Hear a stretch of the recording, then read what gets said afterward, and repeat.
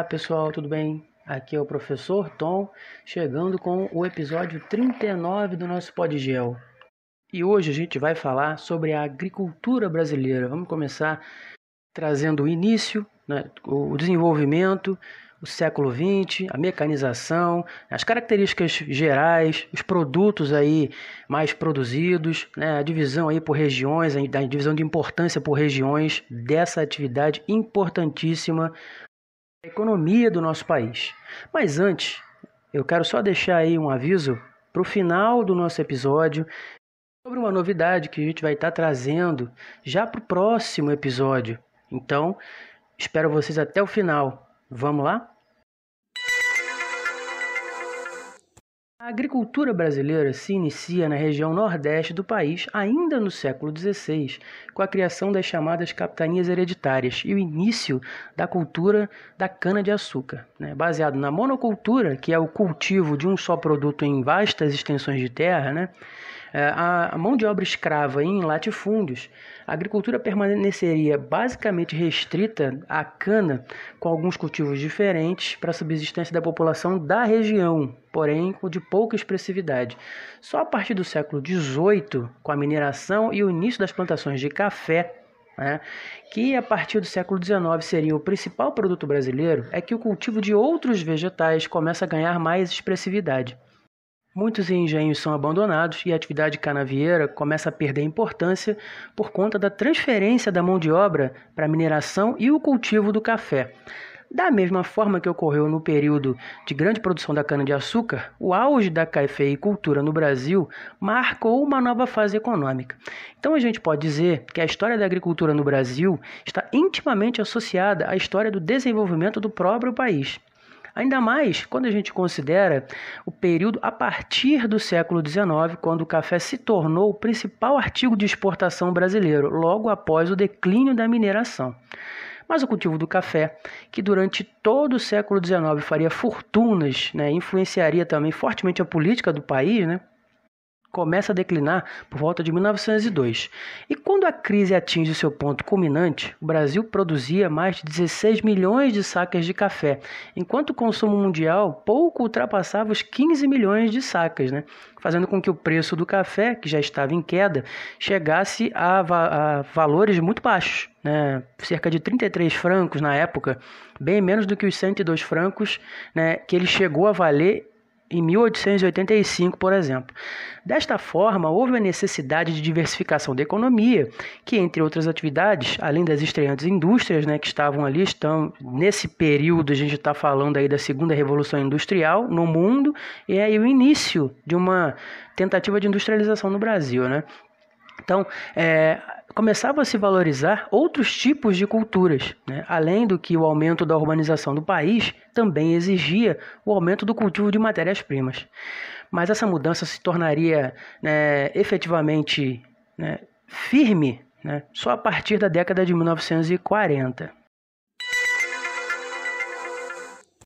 É importante a gente falar de alguns produtos, de alguns cultivos que foram ou ainda são muito importantes para a atividade agrícola no país. E a gente começa falando, claro, do café, que durante muito tempo esteve ali preso entre aspas, aí, entre o Paraná e São Paulo, produzido pelo regime de parceria. Minas Gerais, Espírito Santo, São Paulo depois conservam a dianteira da produção. Bahia e Rondônia surgem como novas áreas produtoras com uma particularidade. São cultivados principalmente por paranaenses, antigos produtores do norte do Paraná. O Paraná tem aumentado em grande quantidade a sua produção de café nos últimos anos pela introdução de espécies novas, desenvolvidas pelo IAPAR, que é o Instituto Agronômico do Paraná. A soja expandiu-se com maior vigor no país durante os anos 70, principalmente os estados do Paraná e do Rio Grande do Sul. Uma cultura típica de exportação, está cada vez mais voltada para o mercado interno em razão do crescente consumo de margarinas e óleos na alimentação do brasileiro. Atualmente, verifica-se que a sua expansão nas áreas do Cerrado, sobretudo nos estados do Mato Grosso do Sul, do Mato Grosso, Minas Gerais, Goiás e Bahia.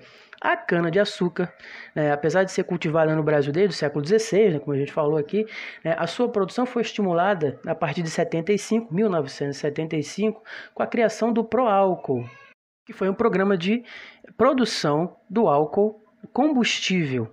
O estado de São Paulo detém mais da metade da produção nacional, mas também é encontrada produção no Paraná, em Goiás, no Rio de Janeiro, além dos estados nordestinos na zona da mata. A laranja também é um produto largamente cultivado para atender a demanda da indústria de sucos e tem no estado de São Paulo seu principal produtor. Paraná e Minas Gerais estão se convertendo em novas importantes áreas de produção. E o Brasil é um grande exportador de suco concentrado, principalmente para os Estados Unidos. O arroz nosso de cada dia, ele tem o Rio Grande do Sul como maior produtor nacional de arroz irrigado. Outros estados se destacam na produção dessa cultura alimentar básica, Santa Catarina, Minas Gerais, Mato Grosso, Maranhão, Goiás e São Paulo. Outros produtos de destaque são o trigo, apesar de insuficiente para abastecer o mercado interno, o algodão, que é fortemente controlado pela indústria têxtil e de alimentos, óleo, por exemplo, o cacau, que é uma cultura ecológica e é a base dos chocolates, O chocolate ele é basicamente cacau, que se encontra em crise, especialmente na Bahia, que é onde a gente tem a maior produção do cacau. É importante a gente também dizer que muitos dos produtores do Sul, especialmente do Paraná e do Rio Grande do Sul, trocaram de território. Entre as principais causas está o preço da terra. Com isso, muitos migraram para outros estados do país, tornando-se produtores de soja e café principalmente. Outros tantos se transferiram para países vizinhos como a Bolívia e o Paraguai. A questão da terra não é apenas nacional, ela também se transforma numa questão transnacional. A atividade do setor agrícola é uma das mais importantes da economia brasileira, com dados de 2019 apontando que foram 21% de participação dentro do Produto Interno Bruto brasileiro, sendo uma das principais responsáveis pelos valores da balança comercial do país. A modernização da agricultura no Brasil está diretamente associada ao processo de industrialização que aconteceu no país ao longo do século XX, a segunda metade do século XX, e o fator que foi responsável por uma reconfiguração do espaço geográfico e na divisão territorial do país. Nesse novo panorama, o avanço das indústrias, o crescimento do setor terciário e a aceleração do processo de urbanização colocaram o campo economicamente subordinado à cidade, tornando ele dependente das técnicas e produções industriais, máquinas, equipamentos, defensivos agrícolas. Defensivo agrícola aí é nome bonitinho para agrotóxico. Outro nome bonitinho para agrotóxico também é produto fitossanitário. A gente pode dizer que a principal marca da agricultura no Brasil atual, e também por extensão a pecuária, é a forma dos complexos agrícolas, notadamente desenvolvidos nas regiões que englobam os estados de São Paulo, Minas Gerais, Rio de Janeiro, Santa Catarina, Paraná, Rio Grande do Sul, Goiás, Mato Grosso e Mato Grosso do Sul. Nesse contexto, destacam-se a produção de soja, a carne para exportação e também a cana-de-açúcar, em razão do aumento da necessidade nacional e internacional pelo etanol. É importante também a gente falar sobre a importância das regiões brasileiras, o papel de cada uma das regiões brasileiras ao longo do tempo para essa atividade, que é a atividade agrícola. E aí, começando pela região sul, a gente pode falar que a produção agrícola é caracterizada pela ocupação histórica de grupos imigrantes europeus, pela expansão da soja voltada para a exportação nas últimas décadas e pela intensiva modernização agrícola. Essa configuração é mais observada no oeste do Paraná e de Santa Catarina, além do norte do Rio Grande do Sul. Além da soja, cultivam-se também em grande escala o milho, a cana-de-açúcar e o algodão. Na pecuária, a maior parte da produção é de carne de porco e de aves. A região sudeste, assim como a região sul, apresenta mecanização e produção com base em procedimentos intensivos de alta tecnologia e são predominantes, embora essa região seja em que a agricultura se encontra mais completamente subordinada à indústria. Assim se destacam os altos índices de produtividade e uso do solo. Por outro lado, com a maior presença de maquinários, a geração de empregos é mais limitada e, quando muito, gerada nas agroindústrias. As principais culturas cultivadas são o café, a cana-de-açúcar e a fruticultura, que é na produção de frutas variadas, com ênfase para os laranjais.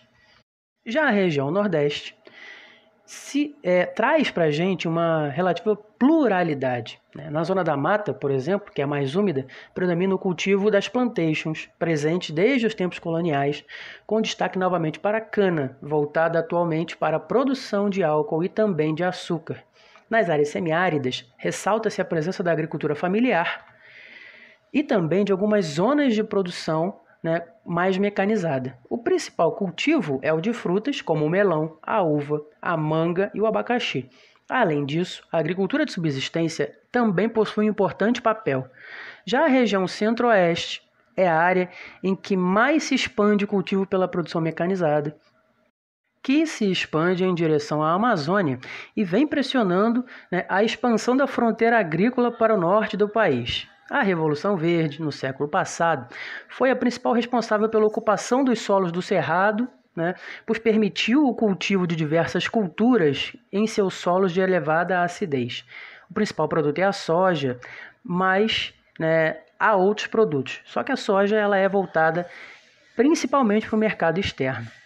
Chegando aí à nossa quinta região, a região norte é caracterizada por receber atualmente as principais frentes de expansão vindas do Nordeste e do Centro-Oeste. A região do Mato Piba, que é Maranhão, Tocantins, Piauí e Bahia, por exemplo, é a área onde a pressão pela expansão das atividades agrárias ocorre mais intensamente, o que torna a região norte como futuro centro de crescimento do agronegócio brasileiro.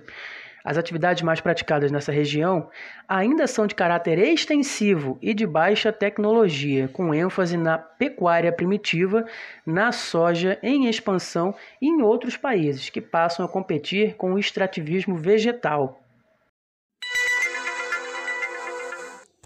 Bem, a gente tem aqui alguns dados sobre a produção do Brasil, a produção agrícola brasileira do ano de 2019.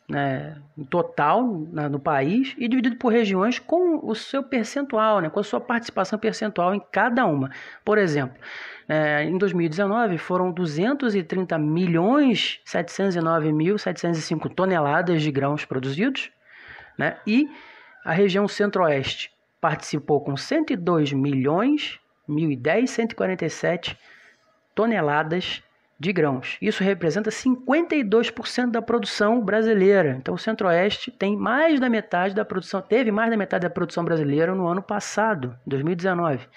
A segunda região, com maior índice de produção, é a região Sul, com 77.512.584 milhões de toneladas, o que representa 33,5%.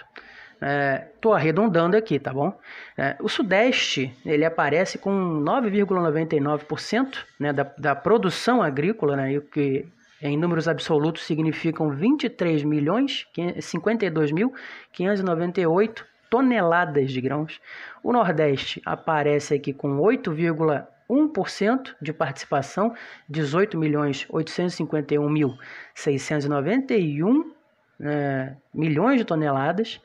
E o Norte, a região Norte, que apesar de ser a maior de todas em extensão territorial, é a que participa menos da produção agrícola, mas essa tendência de aumentar é claríssima por conta da expansão da fronteira agrícola. Então o Norte aparece aí com 4%, 4,02%, e uma produção total aí absoluta de 9.282.685 milhões de toneladas de grãos.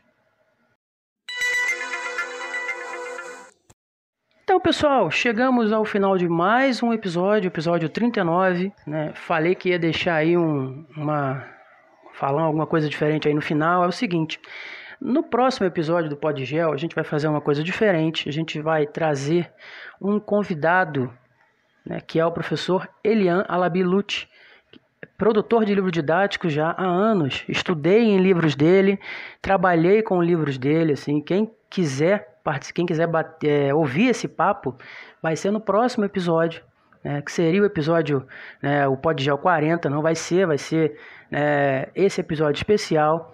E aí, espero que todos gostem do papo, não só alunos, todo mundo que gosta de geografia vai ser legal. Para os alunos, né, é legal também, porque muitos alunos estudam em livros do professor Elian. Então, para o próximo episódio do Podgel, a gente vai ter essa situação especial, que eu espero que vocês gostem, vai ser um papo muito legal. Espero que todos, né, apreciem. No mais, como sempre, né, aguardo o feedback de vocês, os comentários. Sigam a gente nas redes sociais, lá no Professor Tom, lá no Instagram, lá no Facebook, entra no YouTube, se inscreve em algum dos agregadores aí, no Spotify, no Google Podcasts, Castbox, Radio Public, né, no Anchor, tá? E eu espero vocês até o próximo episódio. Abração!